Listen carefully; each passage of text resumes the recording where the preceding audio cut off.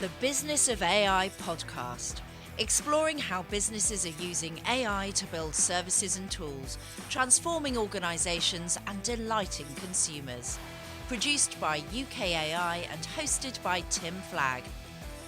AI is our business.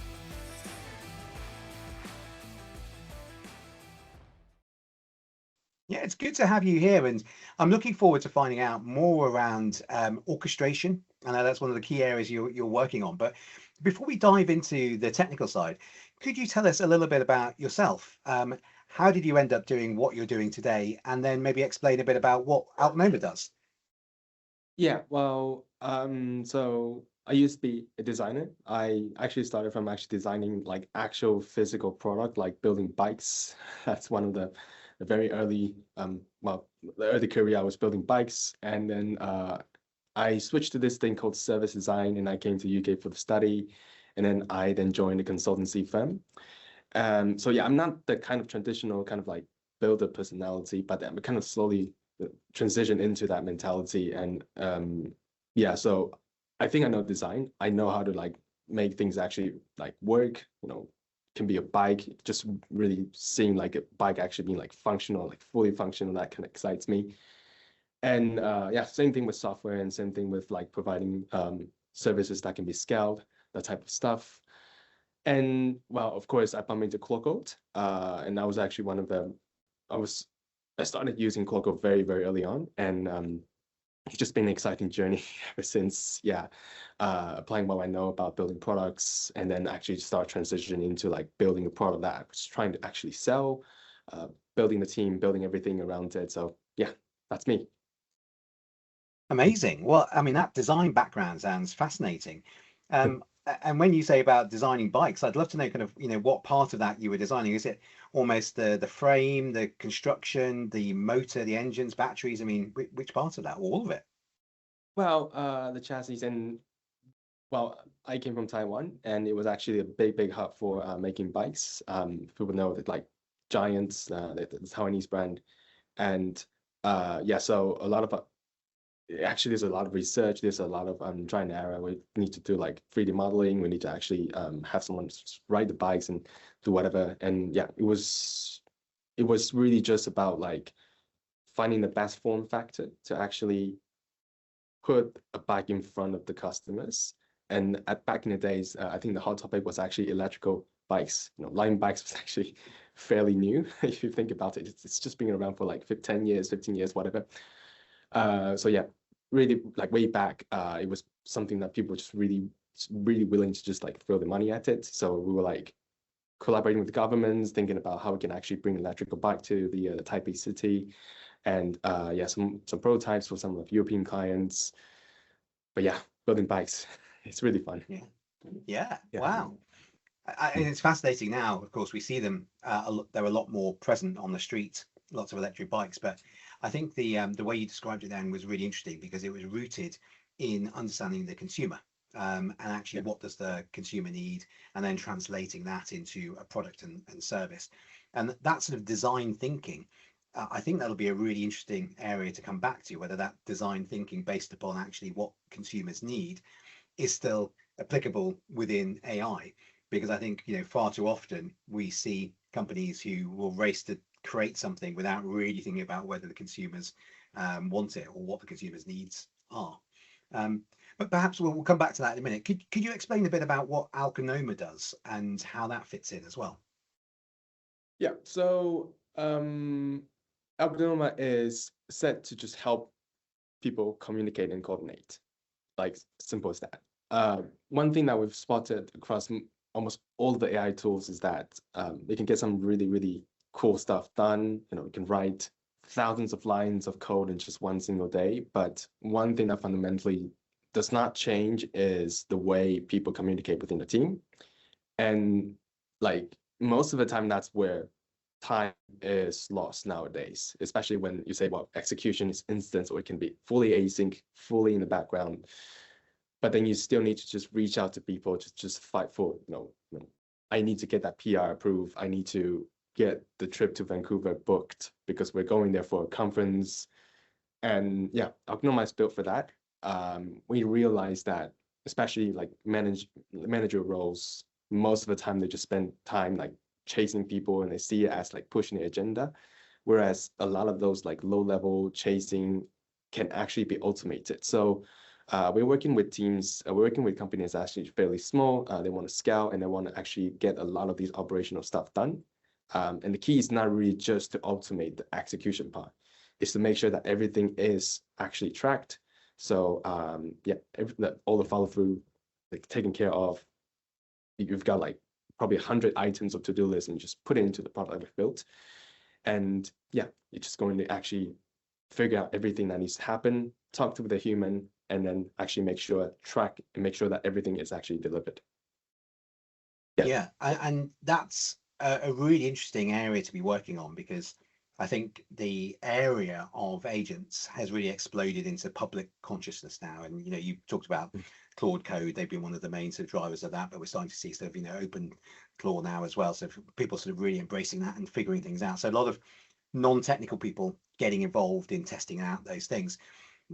And when I've been playing around with those as well, I'm struck by the complexity, because you can get in and do a few little things, but as soon as you start wanting to make a system, then it starts to become very complex and you're starting to have to manage lots of things. You referred to that sort of whole sort of management layer and also the quality control layer. So how do you start to address that? How are you kind of, what does your sort of platform do that helps make that complexity less complex?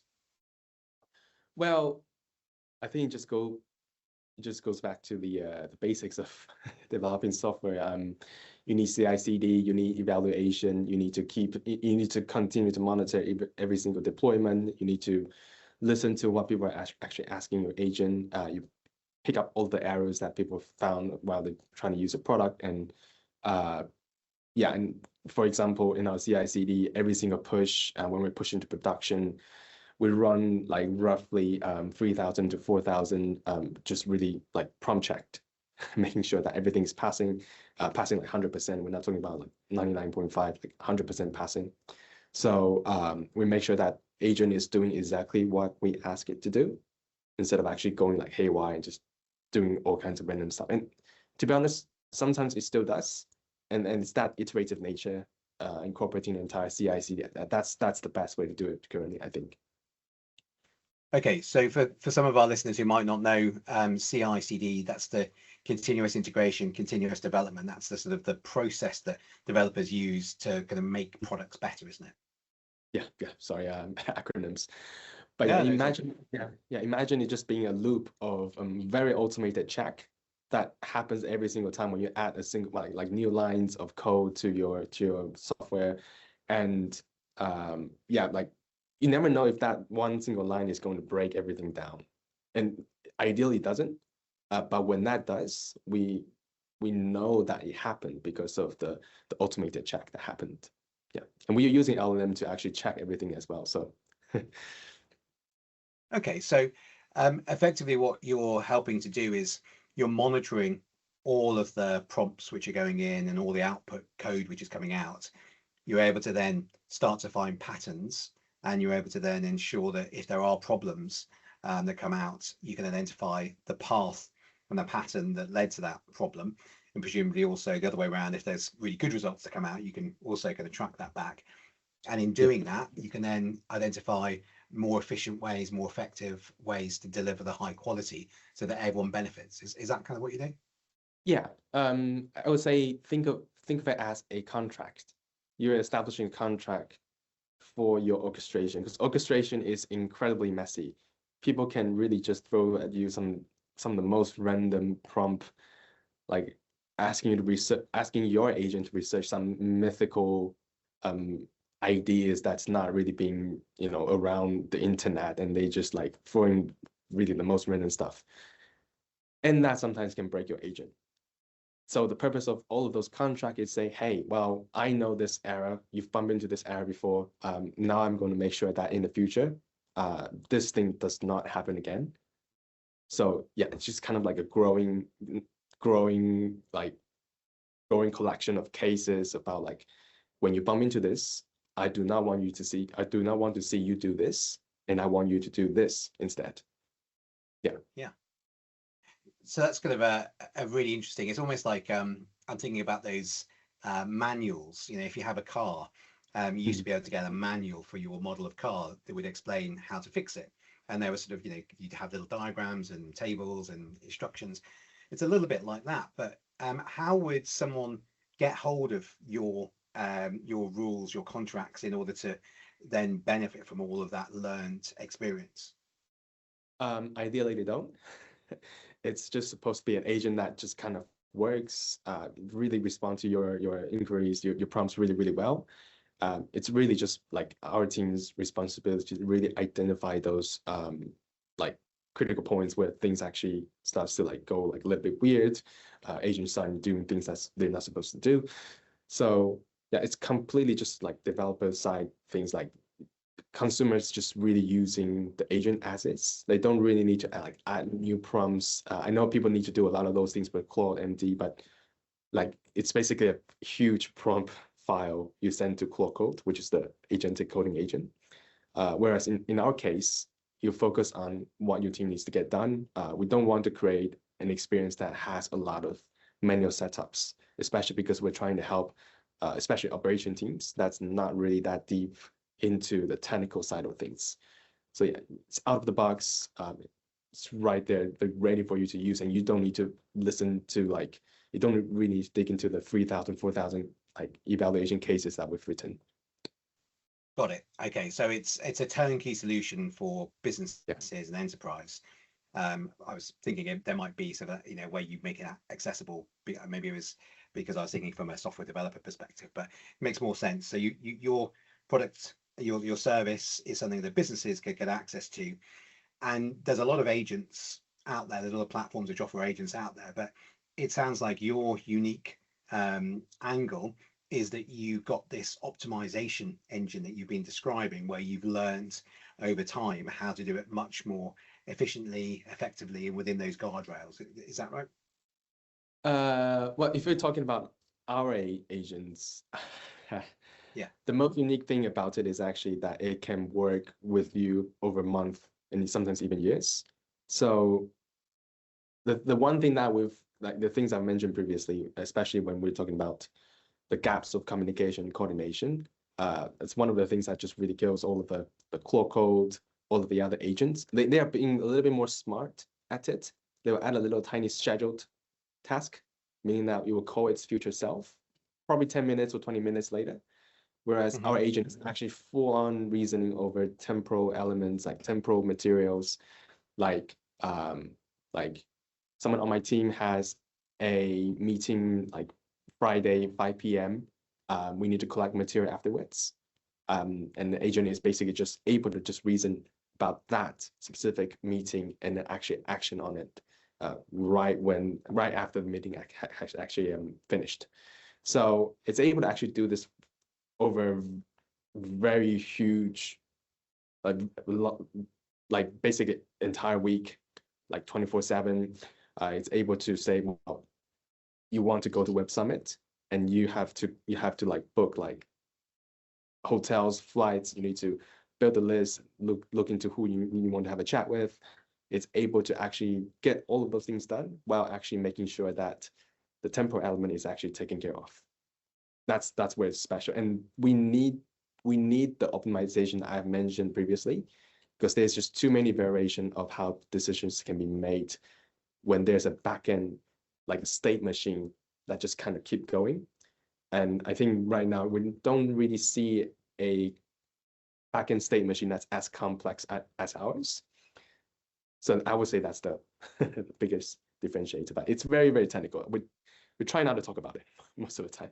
Yeah. Okay, but I can see the benefits of that, because actually when you're trying to create a system, if you're a company and you're trying to create a system using agents, it's quite hard to know where to begin. And we've talked about the complexity of building those individual agents and trying to get them to kind of come together. But you've also now brought in this dimension of time. And that's actually a critical thing for businesses as well, because there are certain things across the year that you would want to program, the seasonality. There are things like month end for commercial reporting. And there's if then things that happen, if a customer does this, then do that. So I can see that time is a really important dimension there. So it sounds like you're almost kind of building you've built a tool that allows sort of non-technical teams to be able to go in and harness not just the agents, but also the ability to bring in that temporal layer as well. Yeah, and if you think about it, that if you don't have the temporal element in your agent's reasoning layer, then you don't really have the capacity to actually sort out most of the operation people's headache. Because most of the time they're just chasing people, and chasing people is not sending 10 notifications. It's actually telling them at the right time to say, hey, I need this from you. And also come back probably 3 or 4 hours later, say, hey, if you don't give this to me, I will have to pivot. And then perhaps like next week, escalate to your manager because, time has run out. We really need to deliver. That person is not delivering. So please help. Yeah, something like that. Yeah. Yeah. So you talked a bit about these layers and the execution layer. And it sounds like there's the ops teams that you're working with. They're the ones that you're sort of empowering. I wondered whether you could maybe share a case study or an example of a company or a team, an ops team that's sort of used the platform and how they've kind of used it to kind of actually could become an execution layer. Yeah, well, right now we're mostly working with startups, and we're now trying to hunt for obviously large ops teams. And one of the use case that's being actually very, very fascinating is the way how ticketing and really just some of the startup like organization stuff has been actually handled by this agent. So one of the really early version of Avon, which is the agent I've built, has this very powerful ticketing management capacity. And think of it as operation, but it's mostly DevOps, right? So when the customers send you some like complaints or like some requests, usually what happens is that ticket gets bounced around your organization a lot. It doesn't have a very clear ownership, and it doesn't really, its triage is very centralized. So it happens like once a week, perhaps. With this system, it's able to actually not just, well, this is another layer we need to talk about is actually, it's not only able to identify the temporal element, but also knows which person that it needs to actually assign those work to in your team. So it learns from your Slack workspace, it learns from your teams, and plus that temporal element. So it means that customer insights comes in, a ticket is immediately created, fully automated. It's already assigned to a person. So an engineer who is the most relevant person in a team view the ticket, approved it, and then the agent is able to actually just track and say, hey, well, I think this is roughly going to take 5 days. So I'm going to check back. I check this ticket like 5 days later, just make sure that everything is delivered. So that's one of the early use cases that we found really, really powerful. It's kind of breaking this thing we call agile system down. Usually tickets in flight, you take like sometimes like a full sprint to actually just get one simple ticket like sorted. In the system, we're saying because most of the stuff is now asynchronous, meaning you don't need to wait for the other person to actually get things done. It's almost always instantaneous. So we're achieving like 90% to 95% like time save, really just for all the tickets in flight. Yeah. Okay. Great. So that sounds like a great efficiency savings then to be able to come in. So an organization who's looking at trying to manage their operations more effectively, they could bring in your platform. It helps them to sort of then leverage the power of these agents to effectively automate the whole ops system. So does that change then the role of those people who are the project managers?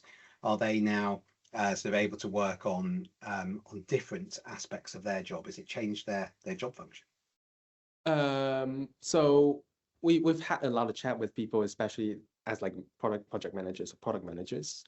And I think the interesting bit is that now they actually get to be more technical.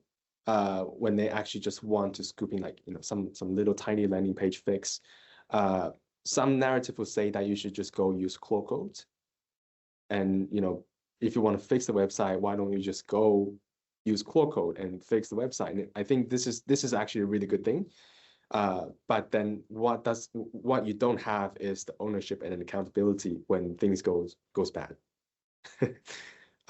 What we are actually advocating is that we know automation is coming, so that's the automation with the auditable trail for like audits, to make it something that the team can all see, the progress, the status of the work, like what's actually happening in the background, instead of just one cowboy just jumping in and just like fix a problem without actually everyone being alerted what's being changed on a landing page, what the marketing doesn't really want, and what the person that's actually relevant to the task doesn't really know about the change that it's about to be implemented. Yeah, so that's our thesis currently. Yeah, and I think that makes sense, because what you're effectively doing is creating a smart system, so that it can learn from all the different inputs and outputs and start to optimize across many different functions, many different tasks over time. I like the sound of that. Do you also find that sometimes when you're working with teams that they will have their own applications which you need to build around? So, some of them might have their own models that they've either paid for enterprise level API access to, excuse me, a model, or you mentioned some of the other tools that people are using, such as Slack, maybe even Jira, as well. Do you have to sort of map into whatever they're using? Yeah, well, that's kind of just the reality of the product in like 2026, is that everyone will be asking for integrations. And I think it's actually it depends on the integration. If it's like a well-known provider, and we are committed to actually just integrate all of those apps. So we have Jira, we have Slack, we have Teams, we have Google Drive, and we've actually done some really cool stuff with Google Drive. It's just fully agentic like file access on Google Drive, which Google can't even do it just yet, or maybe they're just working on something else at the same time. But yeah, like we do integrate with those software, and I think there's one key stat I want to bring to your attention and just to the audience, is that sometimes we don't really think that more is better. There is this one study done by BCG. So they've actually measured sort of like just how people felt when they have like multiple different tools.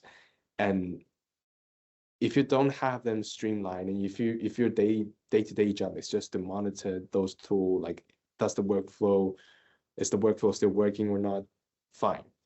But if you have the whole operation that you need to like handle, then you probably don't have time to actually handle all of those different tools.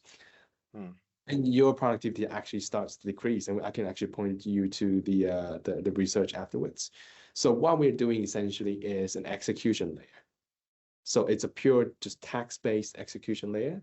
So everything that comes, no matter if it's just a meeting note, we're not going to build an integration to process your meeting notes, because they are essentially text.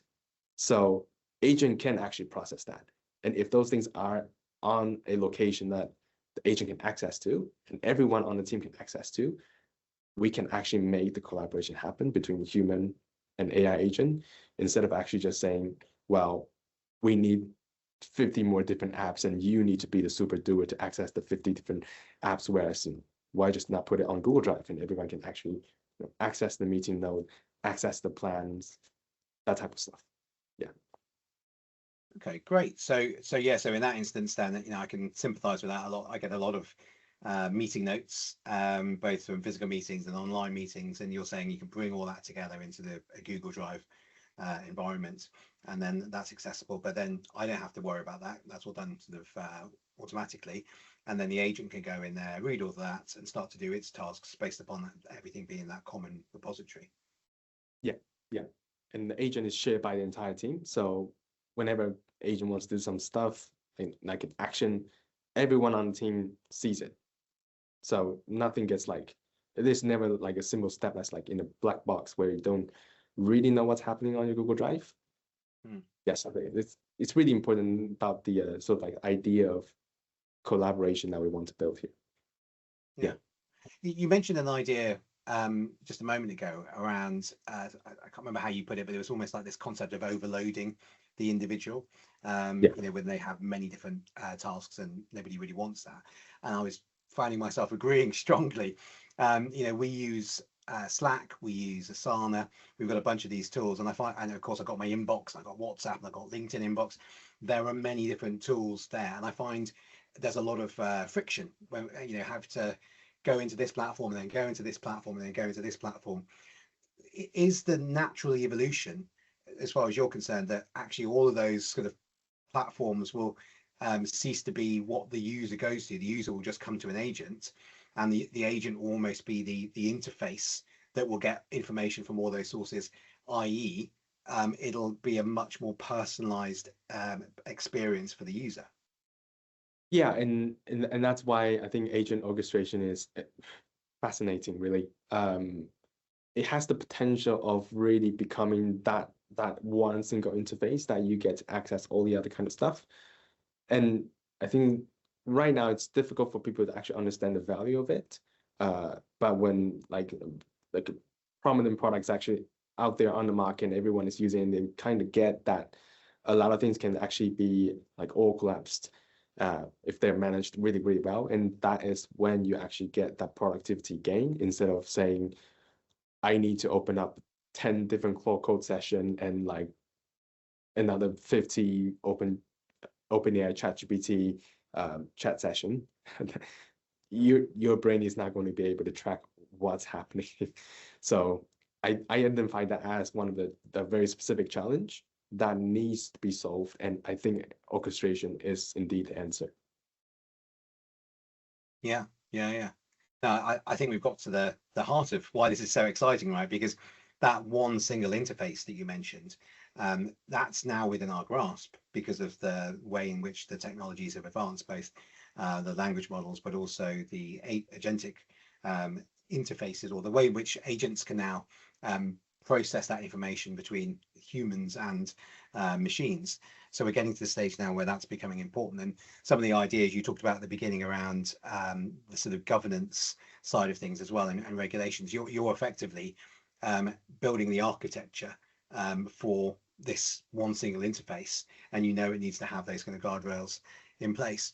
I wanted to get your thoughts on SaaS generally though as well, because I've been to a few presentations, particularly from some of the big companies like Lovable, where I've heard them say that they think SaaS is dead.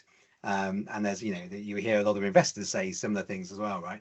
That now what Lovable's pushing, and other platforms are available as well, is they're saying that you can build your own platform using their tool, or using other things like Claude Code, and build your own platform, your own dashboard, which is designed for your company, for your business, for your specific needs, and so you don't need to go and pay for a really expensive thing like a HubSpot or one of those big platforms. Build your own, which is exactly what you needed. But how does your platform then fit in if someone's trying to make a decision on do I want to go and build my own? Do I want to go and get something from Lovable, or do I come and use your system? I think two elements here essentially, and I think the first one is my experience being in a management consultancy before, is that we see it all the day. Consultants go into a project and they fix things and they left, and that's the most horrible thing that could ever happen to that project, because the consultants left. So you don't really have people who actually keep pushing stuff. And imagine if you're getting all of your employees starting to vibe code stuff. What happens when they left? When they leave the company, right? Think about it. You need to build the whole thing from the ground up again, and that is going to be a significant cost for businesses if you really are just buying the idea that SaaS is dead. I mean, personally, I think SaaS is all about maintenance. It's not just about the idea. You are there to actually making sure that the service is actually always running. When you're vibe coding those things, you're not building another SaaS product. You're just making something that potentially that works temporarily. And yeah, so And the second thing is, even if you can really one shot some of the most complicated app, you still aren't certain that you're building the right thing. That kind of goes back to the design thinking bit, because I know what kind of agentic system I was going to build a year before. I was wrong, right? I was using Cloco like all day, like 7 days a week, but I still got it really, really wrong. So even if you can one shot it, you're still not going to get it right, because it requires you to test and research and talk to people and figure out like what is the best way to actually create like that atomic unit of how an action can actually be created in the backend. How do you describe to the agent about the task that needs to be taken care of? That is super difficult, and it wouldn't be learned if you've actually failed before. So will they be able to one-shot my app? Perhaps, but they probably wouldn't need me as well to be there to tell them what kind of stuff that you actually need to build. So yeah, it's very interesting with their narratives. I don't quite believe it, to be honest. Yeah. No, thank you for giving your perspective on it. I think that's really interesting. And you're right that the part which businesses need is that sort of service level. Because yeah, you could build it, but then you'd have to go and hire people to build it. But actually, the reason you're buying a SaaS tool typically is you don't want to build it, you want to buy it, and you want to know that there's people around who will keep on helping you to add new features, or when things go wrong, or whatever it is. So I think you're absolutely right that that's the dimension which is really helpful. And with what you're doing in terms of building this one single interface, as you went on to point out, because technology is changing, we're not going to be able to keep up with that. But from your perspective, that's what you're doing. That's the one thing you're focused on, is keeping up with that technology and thinking about how to leverage the new technologies all the time to build up into that orchestration there. So I can see the value of that. Looking into the future, what are you seeing coming up that you think is really exciting and really interesting? And I'm going to say in the next 6 months, because beyond that, it's kind of hard to see much into the future at the moment, right? It's something that about kind of like back to where I originally came from, like being a designer. And I think something about I used to study a thing called service design, and that's really looking into all kinds of touch point, especially like in a service that's made to scale, like for like the whole population, really, most of the time. You need to still design it. You need to think about human value in it. And I think the industry was slowly starting to understand that designing for those human value within those automated system is the top priority, because you can automate a lot of things, but if you don't really know when a human is supposed to intervene, it really invites a lot of risk. And design is just really about how humans deal with automation, like making like tools, making chairs. Those are automation, right? It's just not the AI level automation. So I will like, one of my big bets with just really the design industry, or just the software building industry, is that people will be more aware about this. And I think a whole discipline, or really just a whole methodology of like how we can actually streamline this, how to make this more effective, I think would be something that would be discussed, something like about like automation design. Yeah, that would be my bet, and that's something that I find very interesting in the future. And it's something that's absolutely crucial for almost all agent orchestration product out there, because that's what it's really important for you to service the human value within those orchestration products. Yeah, no, I think that's a really interesting prediction of the next challenge, which is as an industry we have to address, which is this need for human-centered design. And we're starting to see more people talk around this concept. But I think, particularly with your design background, it's fascinating to hear how that kind of fits into your plan. So just as we kind of wrap things up then, can you tell us how we can stay in touch and find out more about Alknoma? Are there particular things that you've got coming up? Yeah, well, we'll be going to different conferences. We are still we still have the still very early stage. We're just sort of trying to get like all kinds of good conversations come in.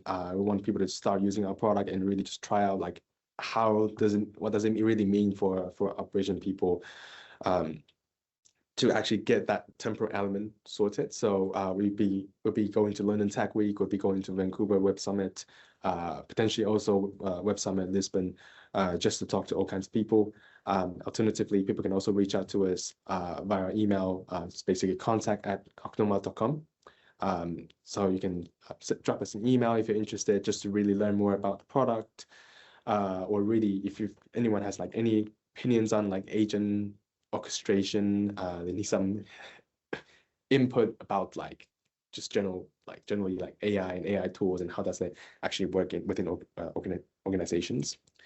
Very happy to help any sorts of like inquiries. Fantastic, thank you. And yeah, on your website, there's lots of background information on some of the projects you've been working on, some of the technologies, and some of those challenges that we've discussed today in terms of how to empower teams and that human-centered design as well. So it's a great resource there.